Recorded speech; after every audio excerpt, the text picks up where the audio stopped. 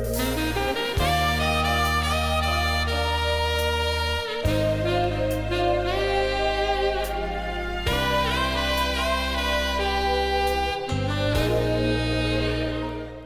morning. You're listening to Spectrum on 105.9 WJZW, Woodbridge, Washington. I'm Thomas Grooms, and joining us this morning, Summit recording artist Tim Eyermann is with us. And this morning we're going to talk about his extensive career over the past 3 decades. Welcome to Spectrum. Well, thank you very much. And as you know, we've known each other for many, many years, and it's great to be here and great to share the show with you. Well, it's funny that you say that, because now I'm flashing back to the bicentennial, 1976, and you were just puttering around town, blowing on that horn and doing your thing, and here we are in 1999, heading into the year 2000, and you're still doing the same thing. Yeah, I've been very blessed at being able to make a living playing music and writing music, and a little bit of teaching on the side, but mostly playing with different artists and also recording my music and other people's music and sharing it with them. It's been a long, hard road. Yes, it has. There's been good years and bad years, you know, and this type of business is one of those businesses where you have to accept that. And I have, but the thing is, able to pay the bills and keep playing and writing. Well, I remember that first record, you know, going back to the mid-'70s, and as we sit here in the studio at Smooth Jazz 105.9, you have a brand new CD out that's going to be out very soon, and I know you're very excited about this, Carla's Fire. Very, very proud of this particular project, because I haven't really had product in the store since 1993, and this was a labor of love. I brought in some outside people that I have been working with. For example, Larry Coryell is my guest guitarist on this. Marianne Redmond is singing a vocal on it, and 2 or 3 different rhythm sections. But it's been 5 years in the making, and taking my time at it, and I wanted it to be right. Tim Eyermann and East Coast Offering, that's a name that is synonymous with Washington, we like to think. And Tim Eyermann and East Coast Offering are the same entity. But you've been through many different bands over the years. This will be my 5th ensemble. People that I hire and create music with come with me, and they can stay as long as they want, and then they can move on. Like Greg Karukas and Dan Reynolds, and many people, Wade Matthews, etc., Phil McCusker. But usually the bands, you know, we stay together for like 3 or 4 years. I like a band that is well-rehearsed and to perform. And that's the way I've always done it. And when they're ready to leave, you know, they give notice, and then I replace them and we rehearse. The concept of East Coast Offering, how did it start for those who don't know? Well, I consider there was always that West Coast, East Coast jazz simile going on, where the West Coast was a little bit more softer and smoother. I like the East Coast edge a little bit more. It's a little more grease, as we call it. But when you put the band together, did you know that it would be going for 30 years? Well, no, actually, it'll be 25 years September of this year. But that's pretty close. We're in, you know, this is going into the 25th year. No, I really didn't know, but I was devoted and dedicated, and you know, this is the way it turned out. You got started at a very early age. You were playing piano, I believe, when you started. That's correct. And I still write a lot of my compositions from piano. I was 6 years old and started taking piano lessons, and up until 11. And then I stopped. There was a brief period. And then at 14, I was exposed to Cannonball Adderley and strings, alto saxophonist. And I knew what I wanted to do after that. And you did a stint in the Air Force, worked with the Airmen of Note? Yeah, I was with the Airmen of Note. Well, I got out of Duquesne University Music School in the late 60s and was called to Uncle Sam for Vietnam, and I was accepted to the United States Air Force. And I became a member of the NORAD band in Colorado Springs for 2.5 years, and then I came back to Washington with the Airmen of Note for four and a half years. And you've done quite an impressive lineup of session work. You worked with Sarah Vaughan. Yeah. Who else? Frank Sinatra. I did a couple of inaugurals with him. I did an album with him. We had a series with the Air Force called Serenade in Blue, where the Airman and Note would fly to Los Angeles and at Capitol Recording Studios like twice a year and do recordings with different artists for Armed Forces Radio. And that consisted of a host of people from O.C. Smith to Sarah Vaughan, you name it. I mean, for Sinatra, I was really exposed as a young player to a lot of wonderful, wonderful musicians. Ray Charles, that type of thing. With us this morning, Tim Eyermann, and we're talking about his work over the past 2.5 decades, almost 3 decades, and Tim has a brand new release coming out, Carla's Fire, and I know a lot of work went into this, so maybe you can tell us how this project started and what you think so far. Well, I had been with MCA Records for a couple albums, and they went through a big change, and a lot of us, the Crusaders and the Yellow Jackets and myself, we all left them because of some bad business on their part. And then I went with Mesa Blue Moon Records for 2 albums, and was on the charts, et cetera, et cetera. And the same thing happened. It was not really a big label support. So I figured I would like to do one exactly the way I would like to do it and bring the friends and musicians that I shared music with, and got some backers as well as myself, and put the money into it, and we took our time. And this is a result of this particular Carla's Fire album. And as you mentioned, you brought Larry Coryell in on the project. Mm-hmm. I saw you at the Roslyn Festival with Larry and Keith Kilgo drumming. It was an excellent afternoon. That was fun. He makes us really work. He has some compositions that are really challenging. But we got exposed to Larry. He came in and did a festival with the Mellon Festival in Pittsburgh about 6 years ago. And the chemistry was so wonderful that I had to call him in. So we flew him in and put him up and so forth. And he recorded then there's some special tunes on this particular record that he plays on that had just happened. I mean, not after the fact, after the session was over. He called it and he said, let's just do one more. And the last tune on the album is the one. It was just a duet between he and I, and it was wonderful. Well, we're going to play something from your latest release, Carla's Fire, in just a few moments. But, you know, thinking of Larry Coryell, I flash back again to the 70s, and I think of fusion jazz. And you also are synonymous with that word fusion. So maybe you can explain to the audience what exactly is fusion, for those who don't know. Well, I think it's a combination of the more straight-ahead jazz, but fusing with the electronic aspect. Horn players and rhythm sections years and years ago, when Miles and Coltrane and Cannonball were coming up, were more or less supportive players, and the horns were, and the guitars, so forth, was more on the forefront. But with the development of electronics and the sophistication of the keyboards and the guitars, and et cetera, and microphones, the rhythm section sort of moved a little bit more to the forefront. Herbie Hancock, for example, he left Miles as being an acoustic piano player, and then Joe Zawin, of course, you know, from Cannonball. And these are major players, and Jan Hammer, and John Luke Ponty, you know, bringing the electric violin into it. So I think that's where the fusion comes into. The music is your own music, and the fusion, I think, is the old and the new with the additive of electronics and being able to get that music out there.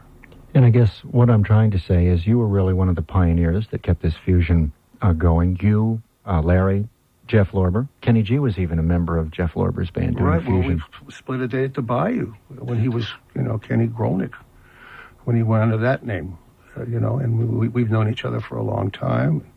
Michael Brecker, who's one of my favorite players. Cannonball, who is my favorite alto player. And Cannonball Adderley, that is, for the people that don't know who that is. And I really, you know, Joe Farrell was really a big influence, and Elvin Jones, because I saw a lot of these people in Washington when I was coming up in the 70s. So, yeah, I think the fusion is just a matter of the electronics and taking it to a more modern or contemporary stage. And it's still alive today, isn't it, in the smooth jazz idiom? Oh, absolutely. That's where it right has settled. Right now is a smooth jazz idiom, because it's wonderful. It gets the music out to the masses. You're listening to Spectrum on 105.9 WJZW. If you just joined us, our guest this morning, a real treat, Summit recording artist Tim Eyermann. And Tim is here with a brand new CD entitled Carla's Fire, Tim Eyermann and East Coast Offering. And as promised, I said we were going to play a couple of tracks, so we're going to let you be the disc jockey. You're always blowing the horn, so this morning you can work the CD machine. Well, that's fun. Well, we might as well start with the title cut, you know. This is a tune called Carla's Fire, and it's written for a friend of mine in Baltimore. Carla's Fire will be the first one. And here's Carla's Fire on Smooth Jazz 105.9.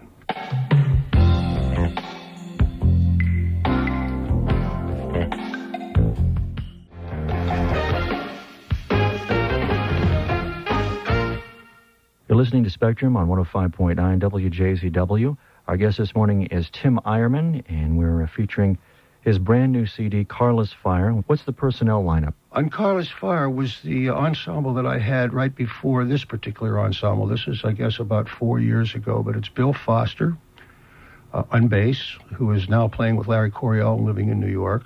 Mike Sucher on keyboards.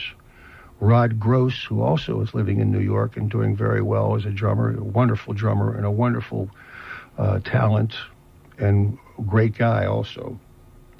Myself and the orchestration, synthesizer tracks were done by Donnie Smallwood, but it's the five of us doing this particular tune. As you assess the Washington, D.C. music scene here in 1999, how are we doing as far as the world of jazz? I think we're doing pretty well. That's one of the mainstays in Washington that is... it's our nation's capital, so that's why I settled here. Otherwise, I would have moved to New York or to Los Angeles, and which cities I've recorded and been involved with. But I like the Washington area because it is our nation's capital, and the work is here, the studio work is here, and the club work is here, and I love the clubs. Keith Kilgo was our guest last month, and as you know, the Blackbirds reunited. That's correct. And it was really a great show down there at the Birchmere. But he says that, yeah, this place is really happening. We just have to make more people aware that there are musicians like yourself, like Keith here in Washington, and you're playing around town. Well, I think that's WJZW has done quite a bit of that for the music scene around here, plus the different festivals that happen around here, the different counties, Arlington, Fairfax, over in Montgomery County, etc., Loudoun County.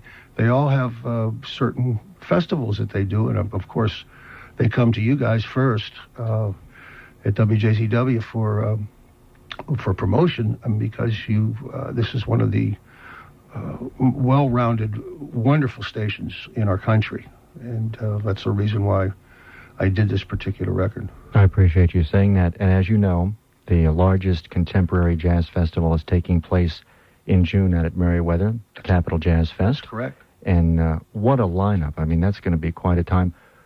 Why would you advise people to attend the Capital Jazz Fest this year?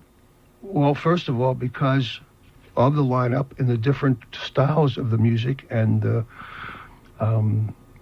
the people that are on the festival, the musicians that are coming in and the vocalists that are coming in, to hear that much music for such a reasonable price is very, very unbelievable. You have to do that because it's sponsored, and so they keep the ticket prices down. And it's really worthwhile going to, because you're gonna hear some wonderful music. Will you be coming out? Of course. We're all gearing up and getting ready for the largest contemporary jazz fest on the East Coast, the 7th Annual Capital Jazz Fest, which is happening June 5th and 6th out at Merriweather Post Pavilion, where Jimi Hendrix played in 1968. I was out there in the crowd.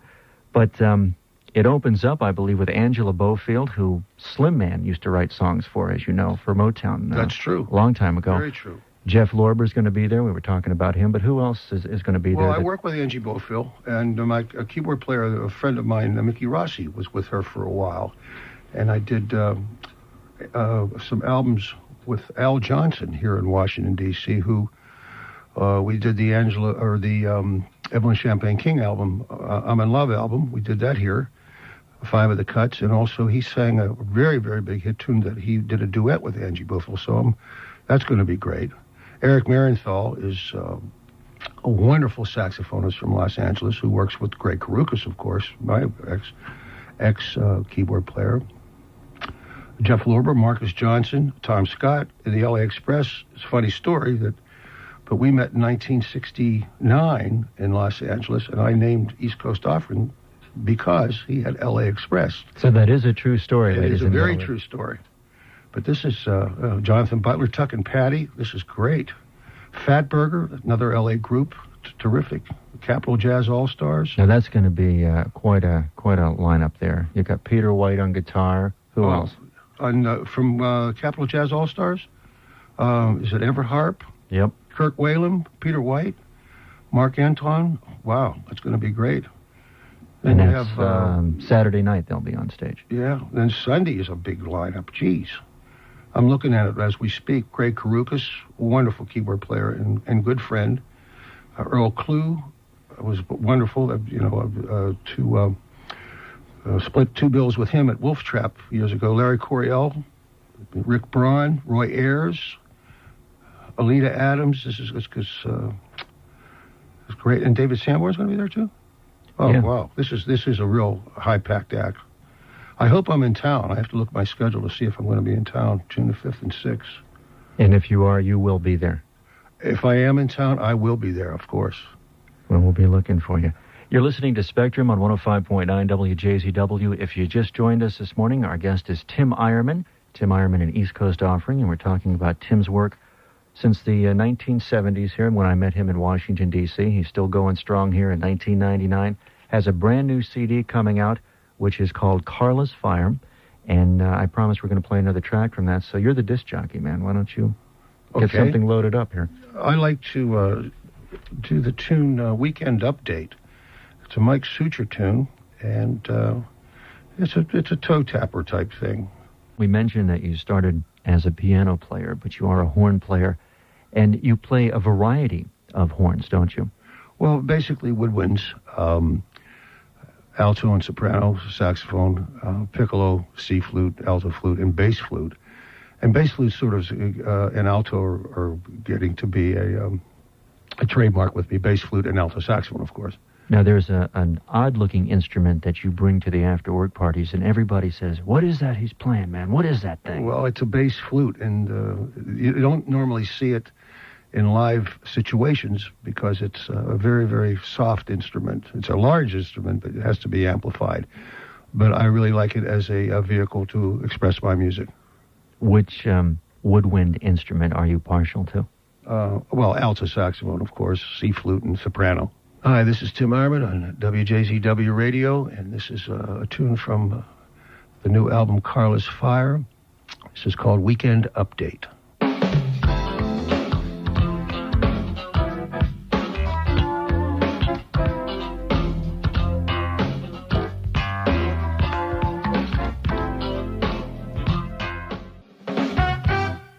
You're listening to Spectrum on 105.9 WJZW, and we've been listening to the music of Tim Eyermann, an East Coast Offering. Tim is our guest this morning.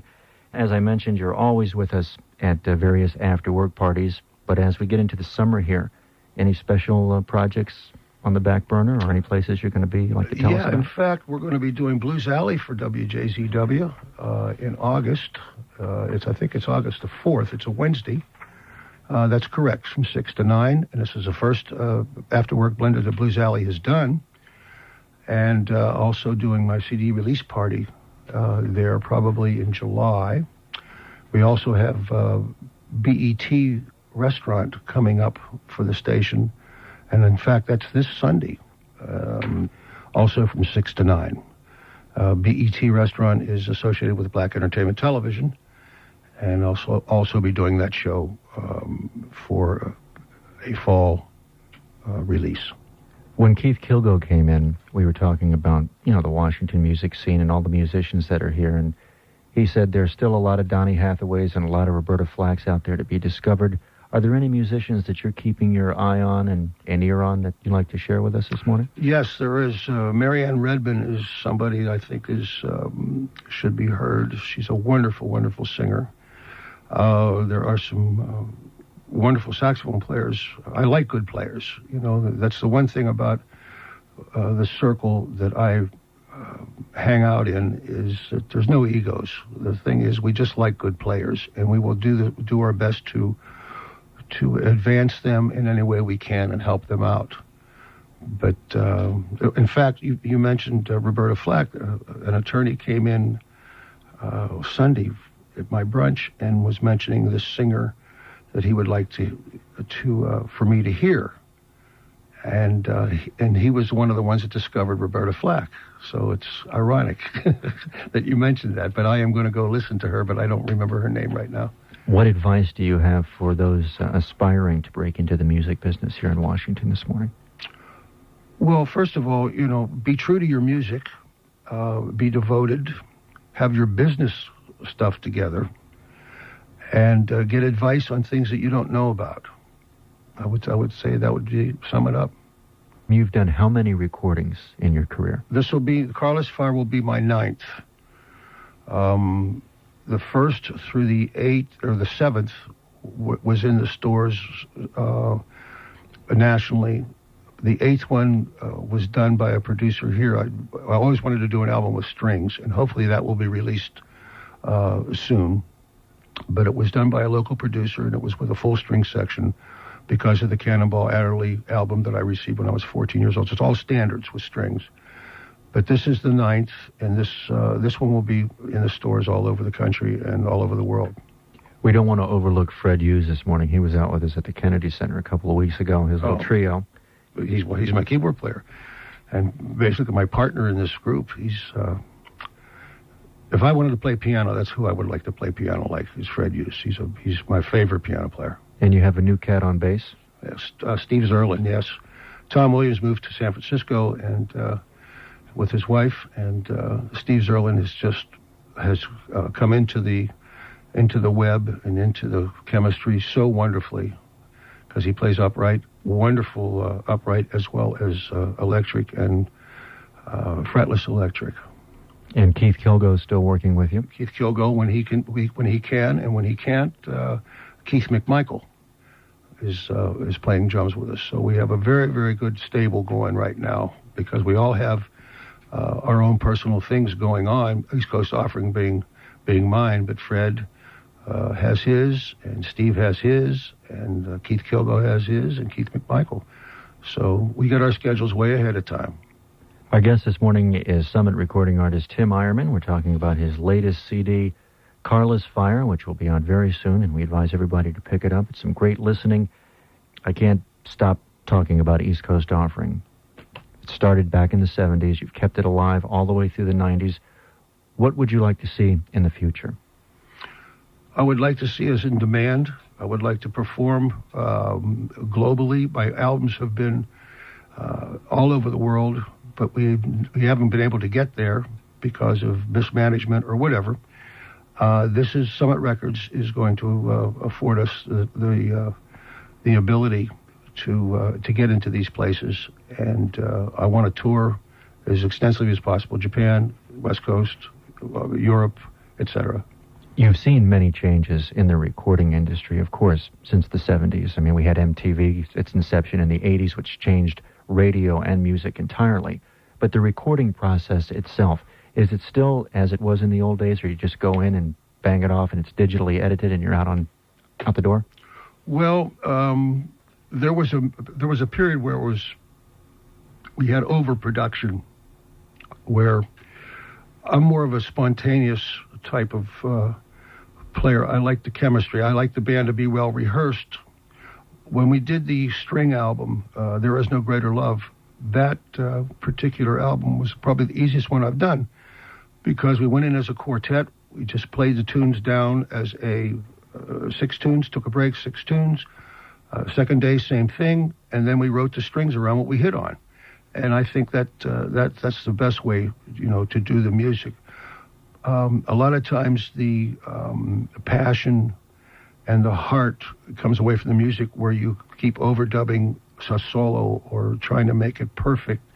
I think a lot of the spontaneity goes away from it that way. But now you have, you can do a recording in your basement that is state of the art with the DAT machines and so forth. So it has come a long way in being that the clarity of the music and the spontaneity can be done. With us this morning, Tim Eyermann and East Coast Offering. We're talking about his latest, Carless Fire. Why don't you pick another tune before we wrap up? What would you like to close out with? I'd like to close out with a tune that Larry said, the session was over at Bias Recording Studio in Springfield. And Bob Dawson was a great, great engineer. Larry said, let's do another tune. And Mania Carnival was a tune that, it's called Black Orpheus, but it also is called Mania Carnival. It's written by Louis Bonfá from Brazil. And when I toured Brazil years ago, I met the composers of a lot of the tunes that we play up here, like Corcovado and so forth. And when you see the places that these people have written about, you really, really enjoy the music. So we did Black Orpheus, and what he says, it's just soprano and the Godin guitar at that time. It was pretty new at that time. He said, just think MASH. And this was a one take. We were done with the session, and this is at Black Orpheus with myself and Larry Coryell on Smooth Jazz 105.9.